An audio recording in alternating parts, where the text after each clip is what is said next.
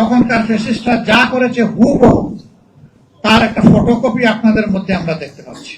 আমরা বিশ্বাস করতে চাই বর্তমান সরকারি দলে যারা আছেন তারা 17.5 বছর আমাদের মতোই মজলুম ছিলেন। আমি তাদেরকে একবার অনুরোধ করব, জাতির উপরে যে জুলুমের পাহাড় নেমে এসেছিল,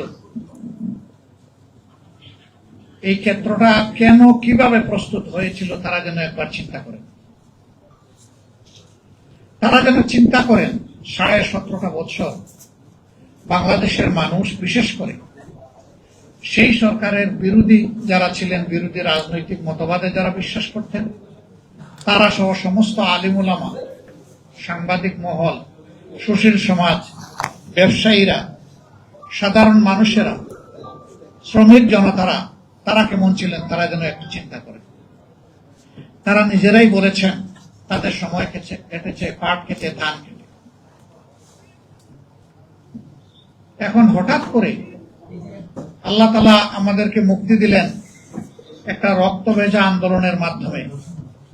তারপরে এই স্মৃতি তাড়াতাড়ি ভুলে গিয়ে যে হাসলটটা ফ্যাসিস্ট সরকারের ছিল সেইটা আপনারা আবার ধারণ করতে যাচ্ছেন কেন?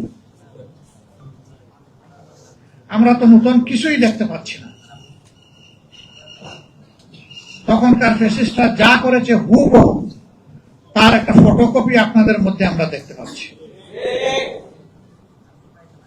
কোন জিনিসটা আপনারা বাদ দিয়েছেন? কোন জিনিসের পরিবর্তন করেছেন?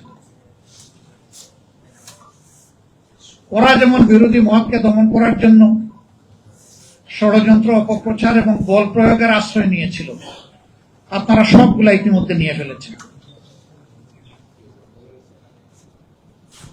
সংসদে আপনারা দেখেছেন, আমরা পরিষ্কার বলেছি নির্বাচন তো একটা হয় নাই, দুটো হয়েছে। শপথ 2টা নেওয়ার কথা ছিল, আমরা নিলাম, আপনারা নিলেন না কেন? সেই আপনারাই তো আমাদের মতো বলেছিলেন গণমুঠে হা বলুন, তো জনগণ তো হা বলেছে। 70% মানুষ হা বলার পরে জনগণের এই অভিপ্রায়কে আপনারা অপমান করছেন কেন? অগ্রাহ্য করছেন কেন? 71-এর যুদ্ধ কেন হয়েছিল? বেসিক 2টা কারণ ছিল। একটা ছিল বৈষম্য, আরেকটা ছিল জনগণের ভোটকে সম্মান না দেখানো। এখন হুবহু দেখি তাই সবকিছু, কোনো বেশকম দেখতে পাচ্ছি।